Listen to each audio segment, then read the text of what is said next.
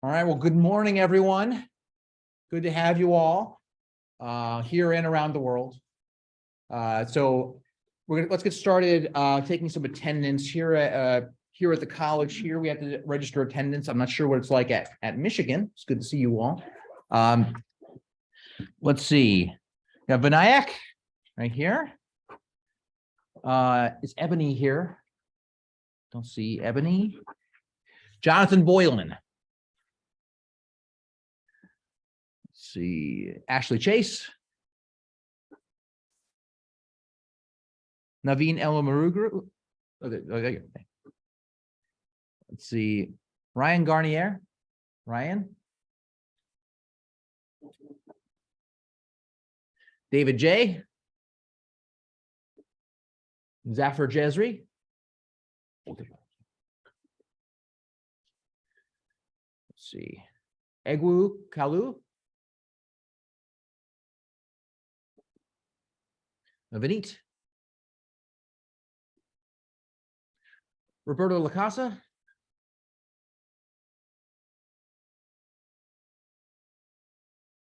Matthew Lancaster. Caden Lyles. Caden. Jackson Rains. Cameron Rials. Carlos. Axel Vargas. And all right, that's everyone on the FSU side, FAMU FSU. So I see a bunch of folks from Michigan here. Does anyone want to pop on and say hello real quick? Make sure I can hear you. Good morning. Morning, Connor. So I see Elena just popped on. It's good to see you. Morning. Morning. Yeah, this is off to an auspicious start. The projector. Okay, thank you, projector. Anyway, so great. So fantastic. I'll get started with the lecture soon, but I just want to say to everyone here and online, okay, I got a live lecture here. I've got an online lecture here. I have a little monitor right here where I can see you and I can see your chat. So if you want, you can totally pop on and ask questions. I can hear you through here. I'm assuming you can hear me okay. So just from a technical standpoint, we should be good to go. Okay. So in that case, let's start. Can everyone see my screen all right online? You can give you a thumbs up or something. Anybody? Fantastic. Oh, look, I'll get all those thumbs up. See, look, feedback here. You all can see it. Let's all brace for ourselves for just, I think the technicals are going fine, but as with all technical things might go a little nuts. I noticed that the projector decided to kick out on me for a second here, which is not scary at all. So, all right, well, let's get started. So everybody, welcome to Applied Optimal Control. Okay, I'm Christian Hubicki. I'm an assistant professor here at the FAMU FSU College of Engineering. Okay, and I run a lab called the Optimal Robotics Lab. So a lot of this work is based upon my research work or my general interest in applied optimal control. So for those who don't know, let's see here. Those who don't know, this is actually a course that's being offered here at the FAMU FSU College of Engineering. For those who don't know what that is, it's a joint college between Florida A&M University and Florida State University. Both universities own and operate the same College of Engineering, and Michigan's Robotics Institute. We are co-offering the course there, so that's why we have people online, as we have webcams set up, etc., which is wonderful. I'm glad we get an opportunity to offer this course to a broader audience. And you should be here for EML 4930, 5930, and Rob 498, 599. So it's a split level undergraduate, graduate class, all right? So welcome. So we're gonna meet in person, face-to-face here over in AME 106. See, you all got the memo, which is great. And also there's a Zoom simulcast. Otherwise it'd be a very long commute for you all. Tuesday, Thursday, 9:30 to 10:45 a.m. We have 3 TAs for this course. We got Nick Gearhand. He will raise his hand right there. Thank you, Nick. Thank you. We got David J. He's going to raise his hand here. They will be local here in Tallahassee, Florida. And we have Rahul Srinivasan. I'm not sure if he's on the line. Yeah, there he is right there. He can raise his hand, maybe perhaps virtually via the hand raise feature to show that he's here. He will be the Michigan local TA to help out Michigan students. So I'm very thrilled to have this great support for this course. So in terms of course resources, we will be teaching this course on Canvas, okay? And this is not a surprise to probably any of you. I know both universities use Canvas. You are all signed up here in this lecture. If you are in Michigan, make sure that you follow the instructions in the email I sent yesterday to log into Canvas, and then that will get you approved as being a part of the class and receiving announcements. So if anyone on the Michigan side could raise their hands if they received an announcement from me through Canvas. I'm assuming you all received an announcement through me through Canvas, correct? Correct. Great. So some people are getting it through Canvas. Phenomenal. That's great. If you haven't, it means you haven't completed that process. Just log in for the process in that email. Now, there is no textbook purchase required for this course. Okay. No textbook. Basically, it's an amalgamation of many different resources that I'm pulling together for what I think is a unique course offering in applied optimal control. It will include course notes that I write. Okay. It'll also include research papers that are, in my opinion, seminal to the work in the field, and often they're very tutorial. They're maybe a little less technical than you might fear. I'll also be having office hours, as will our TAs. Okay, I've seen people raise their hands. Could people, Marcella or Aaron, do you have questions? 3, 2, 1. Okay, all right.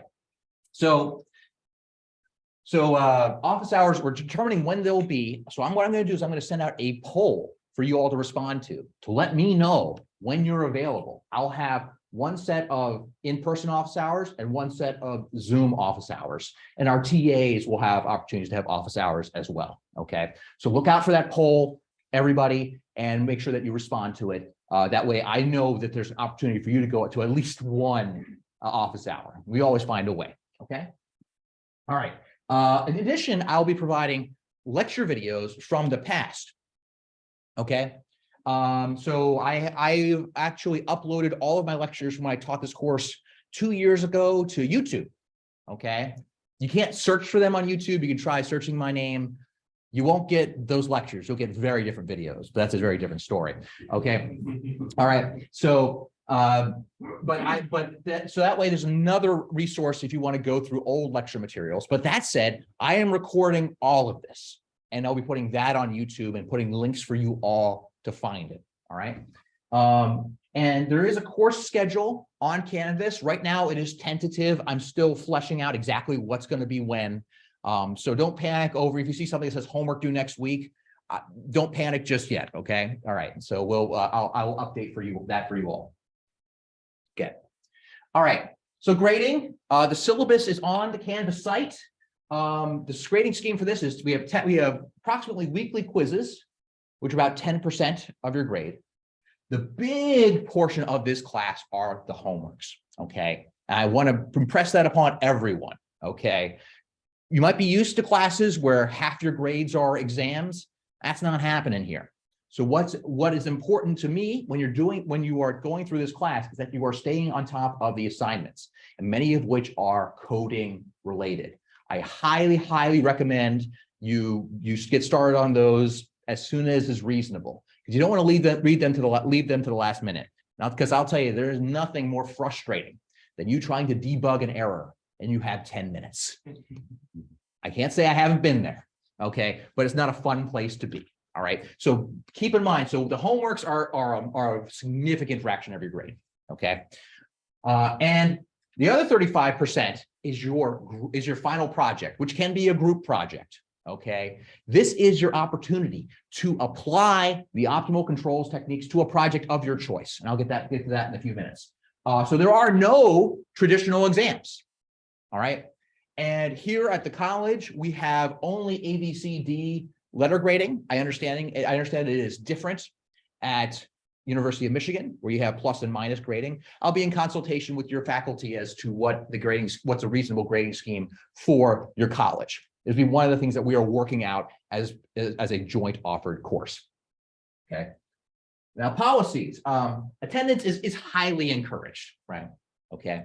I obviously can't require it in person for obvious reasons, but it's highly encouraged because it's a real opportunity to interact with me. And sometimes if you don't get something, yeah, you can come to office hours. I can try to explain it to you, but you're probably not the only one, right? If you said, Dr. Hubicki, you said that thing about quadratic programming. I don't really get that. It's like, you know what? I think everyone needs to hear that.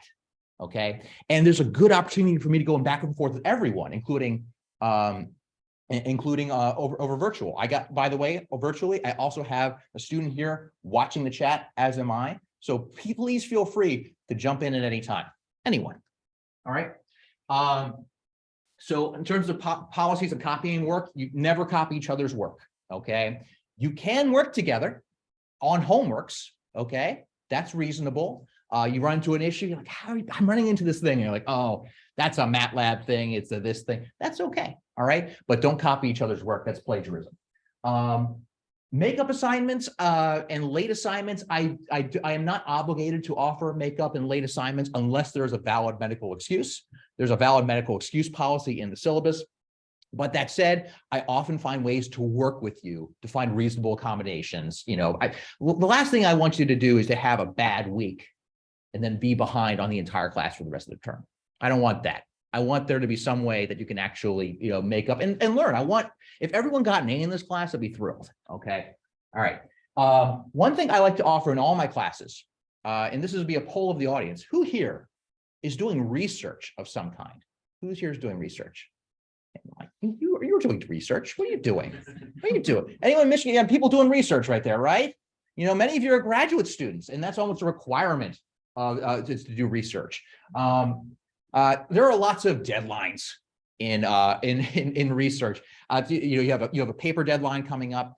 So I have a policy that if your supervisor, if you get a note from your supervisor saying, hey, I have this paper deadline coming up, can I get an extension on this assignment? That's cool. That's a great, easy way to get an extension. Similarly, if you have some other maybe non-research related professional obligation, okay? But because I want this course to work in tandem with your research, with your research goals, not in opposition to it. All right. And these Zoom lectures, they're going to be recorded and posted on Canvas. I am still messing with the exact mode of recording. I would love it to be 1080p. We'll see what we get out of today. My fear it might be only 720p today, but we'll get it going. Okay. All right. So quizzes. All right. They will be on Canvas. Multiple choice quizzes that test the concepts. They will not be timed quizzes. Okay. They will always be announced. And open note, the purpose is to be regular check-ins to make sure you are following the material. Okay. There are lots of wonderful bonuses to a online course in that you can offer videos to you all. You can go back and rewatch the lectures, but it's also very tempting to be like, I was out late last night. I'm not going to go to lecture. I'll watch the video later today. Then you don't get around to it. You're like, well, I'll watch it tomorrow. Suddenly tomorrow becomes next week, and then you're behind, right? The quizzes are a mechanism to make sure that you are following up on the material, okay? And they will not be timed. It's not like when you log in, you have 20 minutes. It'll be just submit it before the deadline, okay? Obviously, do not work with each other during the quizzes, or at least I should say that explicitly, okay? No questions yet. So homework, the big kahuna, all right? I'll have scheduled dates on the syllabus as far in advance as I can. And I'll have the assignments always at least a week or two out in advance. If it's a really simple assignment like an upcoming one might be, it might be only just over a week, but generally over 2 weeks to get these assignments done. So I would anticipate an assignment due approximately every 2 weeks, okay? You can collaborate, but don't copy. And these will be largely coding-focused implementation homeworks, okay? This is your chance to say, I'm going to do a multiple shooting trajectory optimization. And I want you to write a piece of code that's going to do that for the problem that we put out there, okay? Now, in terms of computer languages, okay, the only one you're responsible to know is MATLAB, meaning that that's the one you're going to, that at a minimum, you will need to code in, okay? Many people are trained in MATLAB, and that's great. That said, there's been a push recently among other universities, and now I'm going to give it a shot, to use a language called Julia. Who's heard of Julia before? I know there's some people probably in Michigan who have used it in one of their classes. You've heard of Julia? You have. Yeah. Julia, so it's an open source. It's a language. It's free, unlike MATLAB. Okay. But the thing that's nice about it is that the syntax is very similar to MATLAB. I actually love MATLAB's syntax for handling matrices. I mean, one of the reasons in robotics, a lot of us love MATLAB is because it's the matrix laboratory. And a lot of our computations are done with matrices. So it's really good. There's lots of really good built-in toolboxes, but it comes at a cost, literally. So here's the deal I will do, okay? That if you want, because I know there's some interest, and I'll get to that question in a second, Aaron. If there's some interest in doing things in Julia, I will accept assignments in Julia. And I see Aaron's popped in a question and said, what about implementations in Python and C++? I will accept them, okay? But I would not expect as much support from me and the TAs, okay? So if you want to go that route, that's great. Just be aware that the debugging might be a little bit more on your own. Might be a little harder for us to help you out. Okay, so I'll try to accommodate people if they want to do a C++ implementation. I won't stop you. In fact, it's quite ambitious. All right. Okay. So, but the only one you would be at a minimum, you should be able to use MATLAB for the course. Okay. Moving on. So there are no exams. And there's no final exam. Yay? Is that good? People like no final? Okay. Yeah. I think that this material is mostly conducive to going home and coding up on implementing and trying it out, in my opinion. That's why I do it this way. But speaking of no final, what do we have instead? We have a term project, okay, where you get to apply these methods to some real system, some system you care about, okay?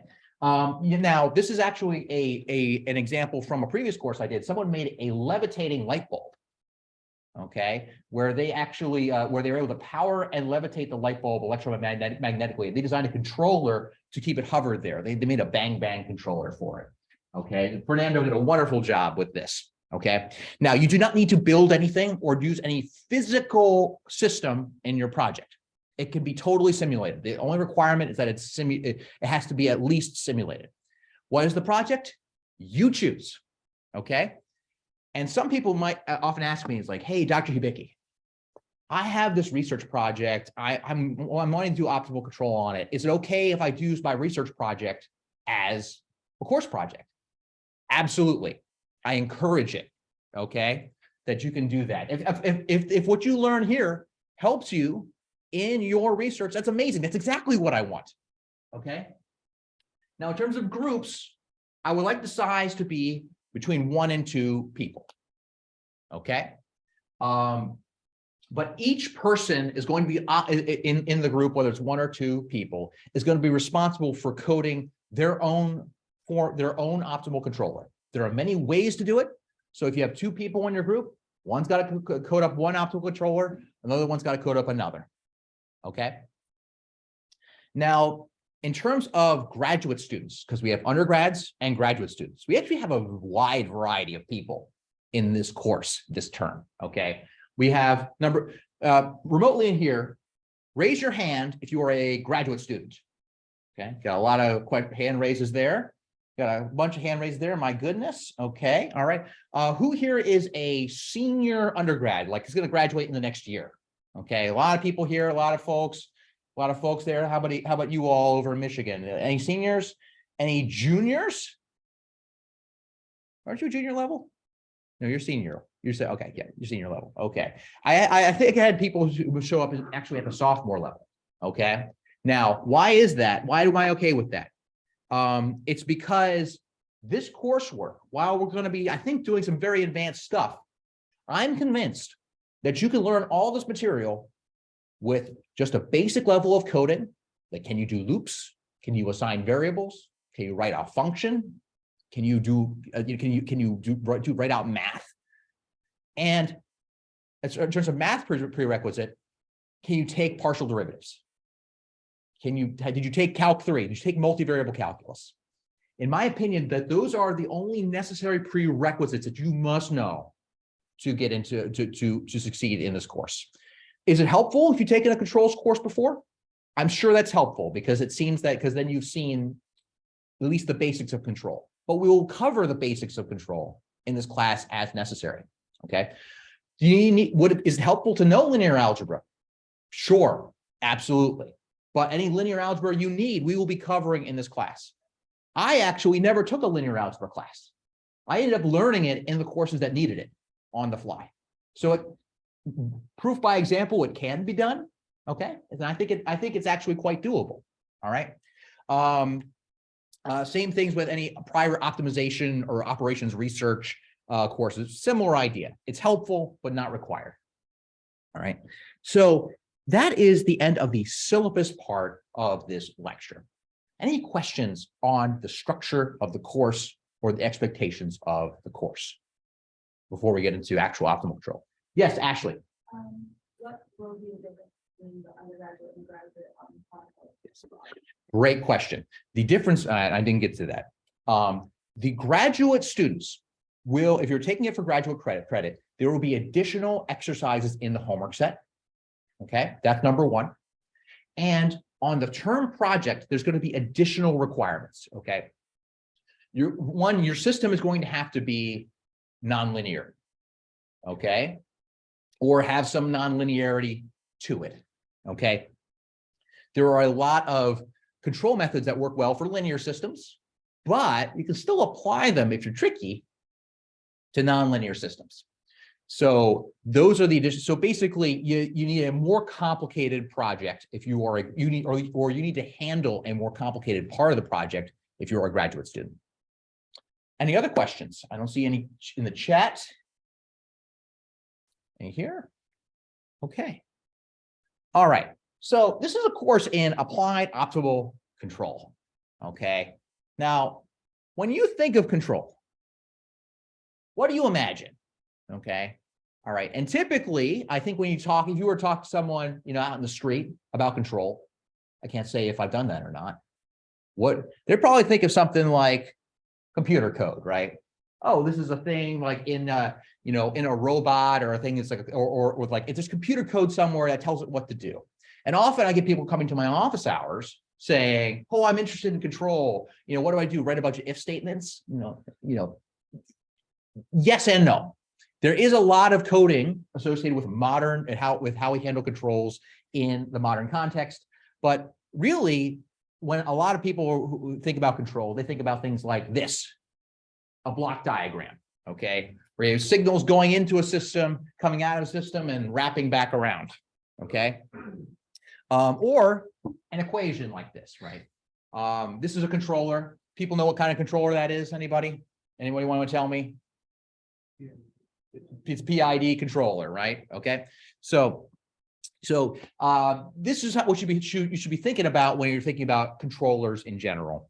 All right. Now, what is a control system more generally? It's just a process where you have some input and you got some output, right? And those who have taken any of my other controls courses have seen this.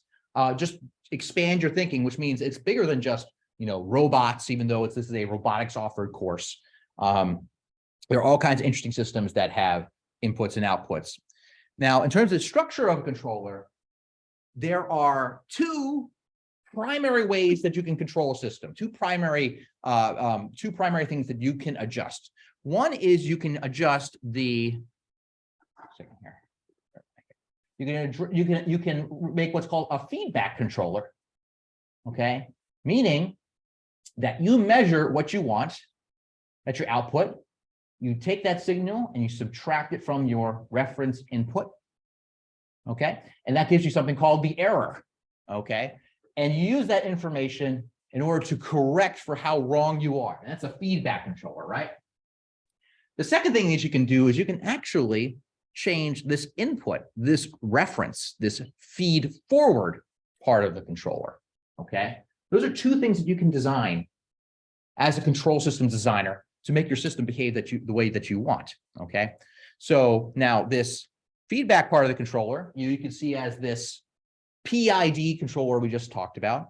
Now, why is it a PID controller? Well, it's got these three numbers. What are these three numbers? What are they called? They're called gains. These variables, they're called gains. They're constants, right? And who gets to choose those constants? We do. We, the control designer, get to choose those constants, right? So, and those constants determine how well the system performs, right? So, and it's particularly useful if you say, I want to be in a particular position with my system, and then someone comes and it moves the system, and it moves the system, and this feedback controller should say, oh, I'm not where I want to be, and it's going to drive me back, right? And those constants tell you how. Now, this PID controller is a very typical controller, but they can get a lot more complicated, and especially as your system becomes more complicated. And I'll give you an example of such a system. Okay, this is a pendulum on a cart with three pendulums on it. Okay, see this? So this is basically this is a cart here that you can see moving back and forth, right? This is actuated, this has got a motor, but all these other linkages, these three other linkages, they are completely passive. There's no actuators on them at all. So imagine you wanted to balance this thing, right? That's something you'd want a feedback controller for, right? Where you would say, I want to be straight up, but I'm not quite straight up. So do something with my actuator to keep it straight up, all right? And there are a lot of gains that you could choose to make this happen. In fact, I believe in this paper down below, if I'm doing my math in my head right, there's probably 12-ish gains would be my guess, probably if not more, right?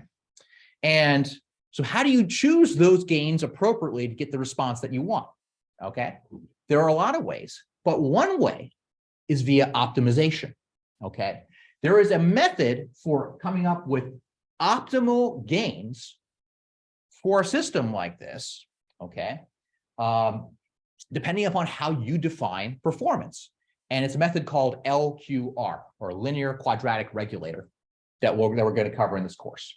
And this method uses that. And here you go. You can see that he goes, this person, you know, starts tapping on the pendulum, and you can see how it's balancing. Look at that. Now imagine, so if your job is to tune up those gains, you're not going to want to try to tune them up by hand individually, because you'll fail a lot, right? Okay.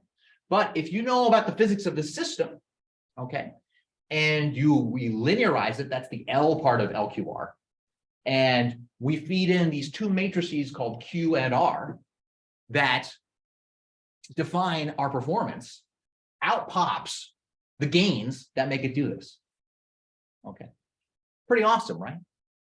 Okay, so that's really good for getting to like a position that we want to get to, all right? As long as the system is pretty linear, right?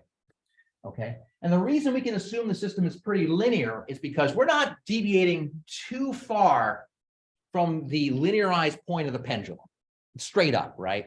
Okay, now, what if this thing was straight down and you wanted to get up? Okay, what if you wanted to do that? Well, then you wouldn't want to actually just use a feedback controller. You would want to actually have a plan for how you're going to shake this thing to get it up to the top. All right, that's what this project did here. Look at that. Isn't that pretty cool? Here you go. And I think they do the same thing to have a controlled descent. Yeah, what indeed? You didn't hear the exasperation on our side. Isn't that pretty cool? Yeah, and here they give us a slow motion. They should invest in a high-speed camera, but that's that's my complaint. Okay. Nifty, right? You don't get that from running a PID controller on its own. Okay. there was a plan for how to shake it where it knew what was going to happen when it shook it in a certain way. Look at that, crazy, right? All right. And for that, we have a completely different kind of optimal control that we call trajectory optimization, okay? That we defined. Let's see here. All right, let's see, I'm seeing a question in the chat, actually. Let me take a break here.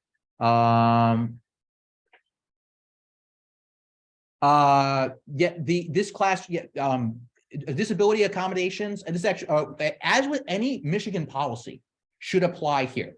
Okay, so if you have need disability accommodations, absolutely you get them. Okay, whatever your policy is at your university, you will get them here, whether you're here or at Michigan.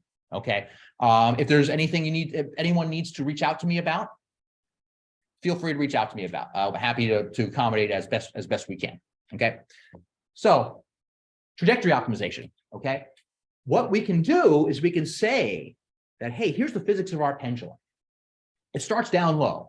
We want it to end up high. And then we could run an optimization that tries to plan out the route that's consistent with physics that'll get us to the top, right? And we can do that also while maximizing performance, okay? That's the optimal part of the optimization, right? We could say we want in minimum time, we want to get up from the bottom to the top, all right? And that's what trajectory optimization can do, right? And this is useful for more than just pendulums. There are kinds of robots where trajectory optimization is almost required. Okay, and I'm talking about legged robots. This is my subspecialty. Okay, this is an example from some recent research that we did in our laboratory. This is my student Jason, and he's showing how in this case he's showing what is basically a feedback controller that's saying, hey, I just want to keep standing up no matter what I do to this robot, right? You can do a feedback controller. But if you want to do something like walking with a robot, that often requires a trajectory optimization, okay? Now, give an example. So here is a robot, okay? Here's a robot that we wanted to walk in some of my previous research. And what we wanted to do was have it walk as efficiently as possible.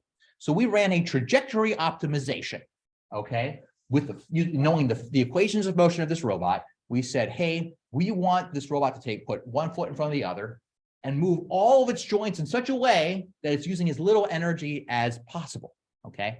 We ran a trajectory optimization, and which had, in terms of degrees of freedom for this optimization, how many choices that we could make.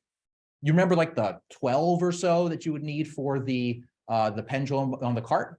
You need like 12 or so. This is about 10,000. 10,000, okay? All right, and so this is a search-based optimization that would run. It'd take about 10 minutes to run this optimization problem, which was very fast at the time, okay? It was a couple of years back. And we ran this trajectory optimization, we put it on the robot, and it walks. There's a little bit of tuning along the way. You know, look how excited I am. That's me on the right there. I'm so excited. Yeah, it was 6 in the morning. We pulled an all-nighter. So we had a 7 a.m. deadline, that's why.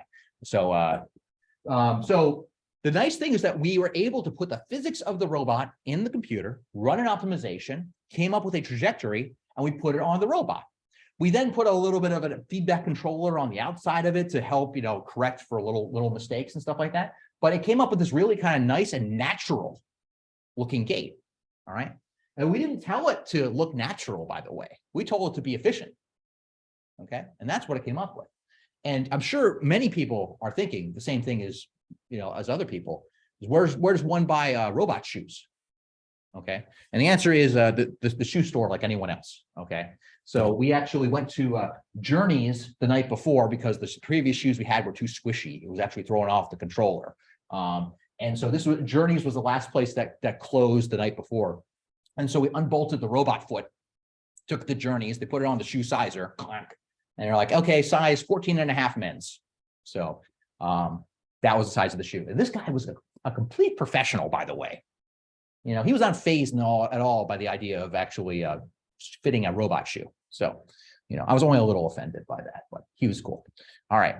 So now that is a trajectory optimization. And like I said, it took about 10 minutes to run that trajectory optimization, which is for us, it was good because once we ran the optimization once, we had a walking behavior. All right. But what if I could optimize really fast? Like hypothetically, what if I could run an optimization like really fast? Like not just like 1 a second, but 1 per millisecond. What could I do if I had that capability? Well, what that would mean is that in any situation I was in, I could take my current position and then I have my desired position and then run an optimization, say, I'll do that now. Like imagine I'm that robot and I'm walking along, okay? Then Zaffer decides it's time to test my reflexes. He runs up and he tries to tackle me, right? Okay. And all of a sudden, if I have a fast optimization, I can then rerun the optimization saying, okay, there's a Zaffer coming at me. I still want to get there, and it'll replan my route and all my joint motions to get around him, right? So I can think really quick.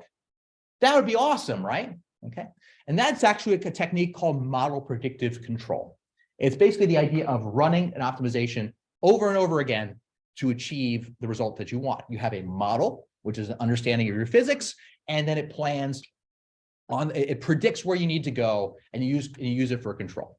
So this has actually been useful for initially, not even for robots. This actually wasn't even initially developed for robots. It was actually developed for chemical mixing plants. But why is that? Well, it's because chemical mixing plants don't operate on the timescales of Zaffer trying to tackle me, which is very, very, very fast. Okay. Chemical mixing plants take hours to run their processes, which means that really, really fast in the context of a plant is like a minute. So if you could run an optimization in a minute, you can do this model predictive control in chemistry. So they were some of the earliest adopters of model predictive control. But as we've gotten better at optimization, we've actually been able to apply it to robots as well. And you might think, well, Dr. Hubicki, I mean, that makes sense. Computers have gotten a lot faster. No wonder we can do this much faster now. And that's half right. That's half right. Really, the trick was not running the code faster. It's being smarter about setting up your optimization problem.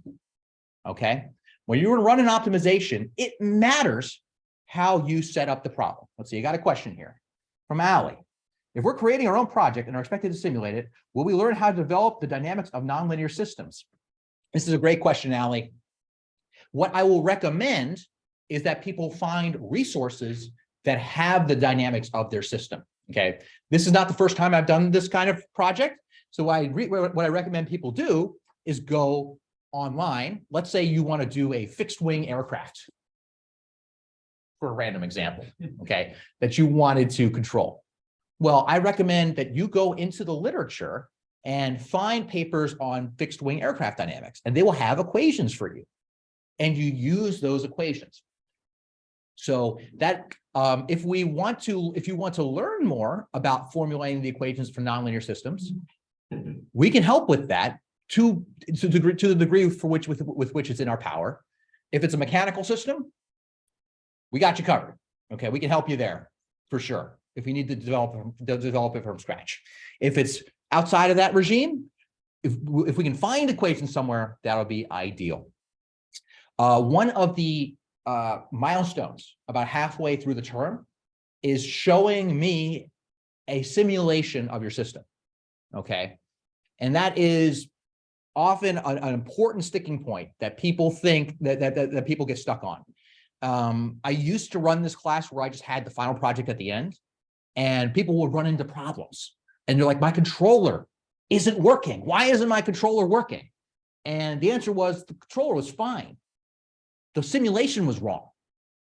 Okay, so there will be a milestone in the middle at the project draft stage where you'll have to show the simulation, and then you have to convince me and the TAs that your system is working properly. Okay, then you can be confident you can run an optimal controller on it. I hope that was only a 10-minute answer to your question, Allie. Okay. All right. So now the trick for making these optimizations faster is partly about how you formulate the problem. All right. There are many ways to set up the same optimization problem that you then solve. Okay. But some are much, much better than others. So the way I like to think about this is like Jeopardy. Okay. In the game of RIP Alex. But the game of Jeopardy, you're not trying to come up with the answer. You're trying to come up with the question that fits the answer. And formulating an optimization problem is like coming up with the right questions that you then give to an optimization algorithm. So in this class, not only will we be writing up some of our own optimization algorithms that take a problem and give us an answer, we will also be dedicating probably even more of our time to setting up the problems that we want to solve, okay? And like I said, there are some ways to solve these optimization problems that are set up these optimization problems that are way better than others. And in this course, optimization problems have a shorter name called programs, all right? So you'll see in the course notes that I'll release, you'll see the phrase program popping up all over the place. Program. You mean like a piece of computer code? Program in this context means optimization problem. Now, you might say that's confusing. Why would they name it after things you think about with coding? And that's because these kinds of programs predate modern computing. Okay, they were there first. Okay, so it's short for a mathematical program, where a mathematical program is an optimization problem. Okay, and basically it's a search problem. Define a set of variables that minimize some scalar objective function or cost function. Something you define, a function that says the lower this is, the better. So think of it as a cost function, right? Okay, and if you can define it, and so for our walking robot, it was total energy cost. We wanted to minimize that, so total energy cost was our cost and objective function. Okay, and in the presence of constraints, all right, constraints are things that can't be violated. They're things that must be true about your problem. So in our walking robot problem, we had constraints on the strength of the motors. We said our motors can only put out so much torque because they only physically could do so much. It also meant that we had to put constraints on the beginning and end of the step, where the beginning of the step, whatever position you were in, it was the same pose as the end of the step. Anyone think why we might need that? What if I took my system and I said minimize energy cost and didn't tell it to do that? That's what would happen. I hope people got the effect on the internet. Okay. All right. I fell. So you just fall down. That's a really, really easy way to minimize energy costs, right? Just turn off all your motors, right? But so that's how we use constraints in that problem. All right. So additionally, there are two kinds of optimizations that you can run. You can try to run a local optimization, a local solver, where this is your cost function, that little cost function curve on the left.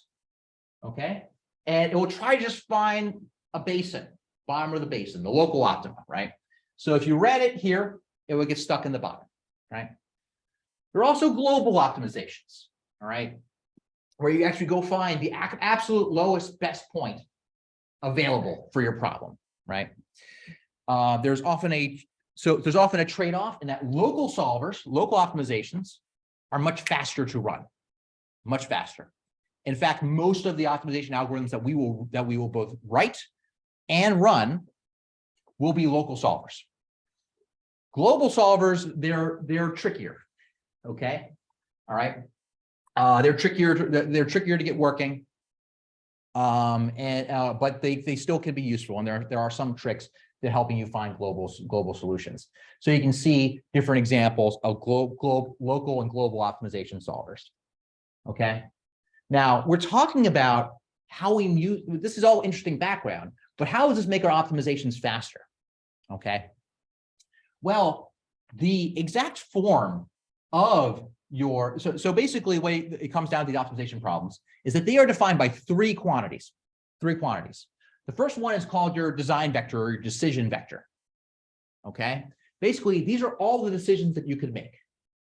If you had a PID controller for your controller, you might have three decision variables: your P, your I, and your D gain, right? Those are all the things that you can decide, right? Then you have your cost function, which returns a scalar value, just a single, real number. And for my robot example, that would be the energy cost of motion. Okay. And then you have your constraints, which you could assemble them all into a giant vector. Okay. All right. And they will come in this general definition form of you want to minimize your cost subject to some set of constraints. Okay. That's the general form of an optimization problem or a program. Okay. But if you set up your programs correctly in the right form, there are some really useful tricks that you can do. In fact, look up in the upper right here. If your objective is a linear function of all your decision variables X, all right, and all of your constraints are also linear in your decision variables X, it's called a linear program. And why is that interesting? It's because it turns out that program has a property where it's called convex, all right, which in a very brief way is saying that objective function that had that little shape to it. Remember, if it had a little nook in it, you can get stuck in a little local optima. Remember that? Guess what? There are no nooks if it's convex, none. Which means if you run a local solver, what are you going to find? You're going to find the global best solution. Okay. And local solvers tend to be super fast. Okay. So the applications for linear programs were immense. They were actually picked up by things like in finance. If you can set up like the optimization of your finance portfolio as a linear program and solve it. And how fast does it solve? It depends on the size of the problem, but we're talking on the order of a millisecond. Okay. All right. And if that doesn't take a supercomputer, if I was confident in my technical setup, I would run MATLAB right now. There is a MATLAB command called linprog built into the optimization toolbox. And you can say, how long did it take to solve that? And it's like, oh, a millisecond. All right. Similarly, there are quadratic programs where if your cost function is a quadratic function, if you can set up as a quadratic function, and if your constraints are linear, it's called a quadratic program or QP. These are huge in robotics right now, okay? Because if you can set up your optimal control problem as a QP, guess what? Under the right circumstances, it's convex. And it can also take milliseconds to solve, okay? It's very exciting. So now, if any of these things are nonlinear, they are the things called a nonlinear program or NLP. All right. And there are more different subcategories, but then it becomes much trickier. So if we find a way to set up our optimization problem as a convex program, then we can run it really fast. Then we can do model predictive control or MPC. I'll show you an example with a drone in our laboratory. Here's a drone. There's an obstacle. Zipping right at it, okay? This obstacle is being fed information as to the position and velocity of this pendulum that's swinging at it. And it's being told to stay in the middle right here, but also avoid the obstacle, okay? And it's running a trajectory optimization that's set up as a quadratic program in order to do it. See that in slow motion here. Whoa. Pretty cool. And just to give you a bird's eye view of what that looks like, this is our little drone and our obstacle. You can see the little dashed line there. That's a trajectory optimization that's running and rerunning all the time. And You can set these up so you can actually make it a much more complicated problem even. You can give it lots of obstacles. And every time you see that little line wiggle, it's getting a new trajectory optimization. And you can have lots of dudes that are running away from other agents and things like that. Pretty cool. This is a paper we published a couple months ago, right? This is what it actually looks like on the hardware. So our blue drone is our avoid drone, and our red drone is our chase drone. Okay. And you can see, I'm going to overlay the model control computations on top. So you can see how it's thinking when it's moving around, right? And it's all because we set up the optimization as a quadratic program. That was so critical. And congrats to DJ for implementing this right here, okay? Yeah. So DJ and Jason did a wonderful job with this, right?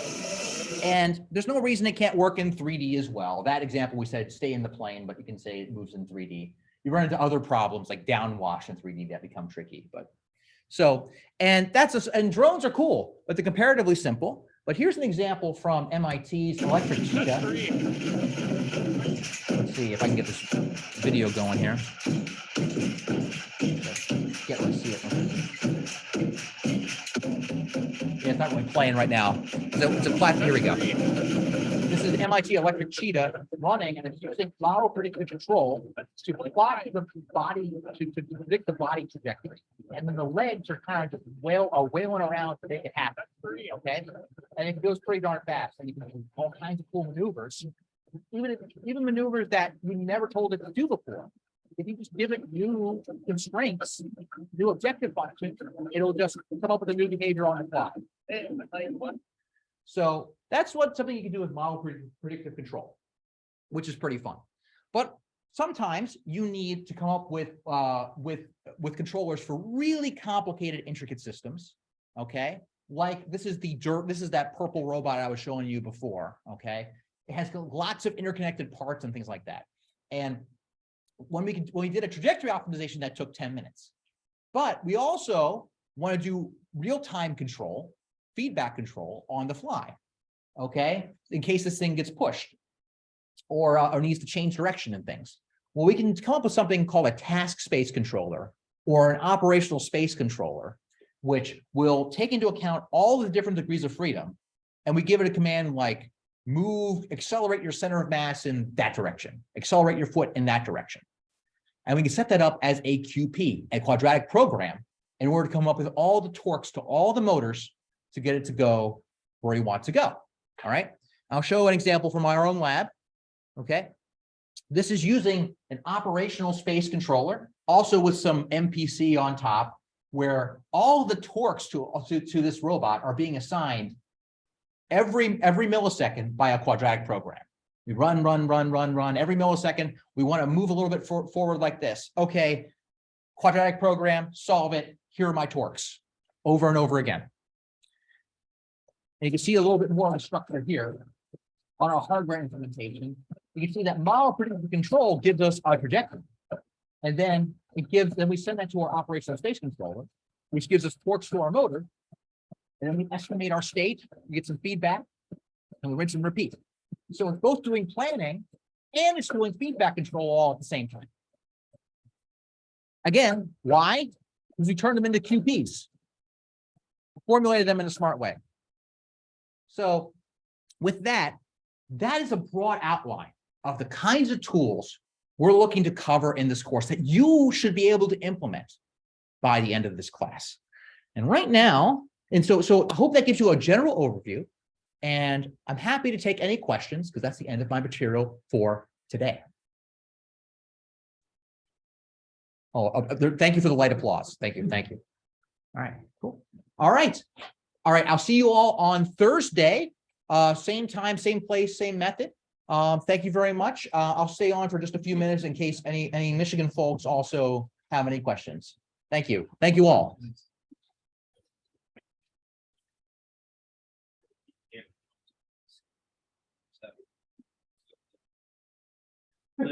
I see the question. 1 second here.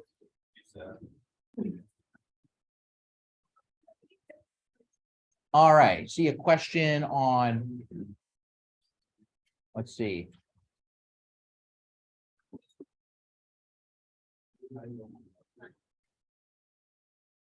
Okay, I see a few messages. One, let's see. What type of optical controllers will we learn? LQR, MPC, anything else? In terms of controllers, I would say, like in terms of feedback controllers, operational space control is the one I just showed at the end. A lot of it's actually going to be the trajectory optimization side as well. So if you consider that a controller, really that's the feed forward part of the motion planning. Okay. So the things that are done online though for feedback controller, really it's LQR, maybe LQG, MPC, operational space control. Oh, control barrier functions. I'm planning a section on control barrier functions, which is safety constraint control. So, all right. I heard that people had a hard time hearing the my lecture over the video or the video noise. Thank you so much for letting me know. I'll try to post a cleaner audio section on YouTube when I'm done. Thank you. All right, cool. Any other questions? I'm getting some people in the room here asking about how long the quizzes are going to be. They're generally designed for like 10 minutes. Okay. The time allotted is you have days. You'd have like 2 days to do it. So I wouldn't worry I wouldn't worry about the time as long as you can sit down to do it. The point is that you've reviewed the material that we've covered in lecture and can answer questions about. All right. Let's see. The question is, can I post the lecture slides before the lecture so we can annotate the slides? Generally, there won't be lecture slides. Okay. In general, I'm going to be doing board work on a tablet. I'm still working on exactly how that's going to work here. And I'm going to be posting course notes in advance before then. So that would be the close. So rarely will there be a slide lecture like today. All right. All right. My understanding is that we will learn how to formulate an optimization problem, but we know what the controller actually work and solve the problems. How do we create an MPC from scratch, from example? Yeah, you can create an MPC. By the end of the course, you should know how to do MPC from scratch. The tricky part is that writing a QP solver is actually a little bit involved. I'm trying to see exactly how I'm going to be able to squeeze that in. That might be more of a graduate level requirement. But the thing is, QP solvers are all over the place. You can, most people like in our lab, we don't have to write our own. We run MATLAB's QuadProc, we run OSQP. There are Julia versions as well. So you won't necessarily have to write your own QP solver, but my hope is that we can cover enough that you can, because you could take an entire class on how to write constrained solvers for convex programs. You could take a whole course in it. Got it. Cool. All right. Okay. All right. Thank you. Thank you, online folks. It's good to have you. I'm going to close out the meeting. Thank you again. All right.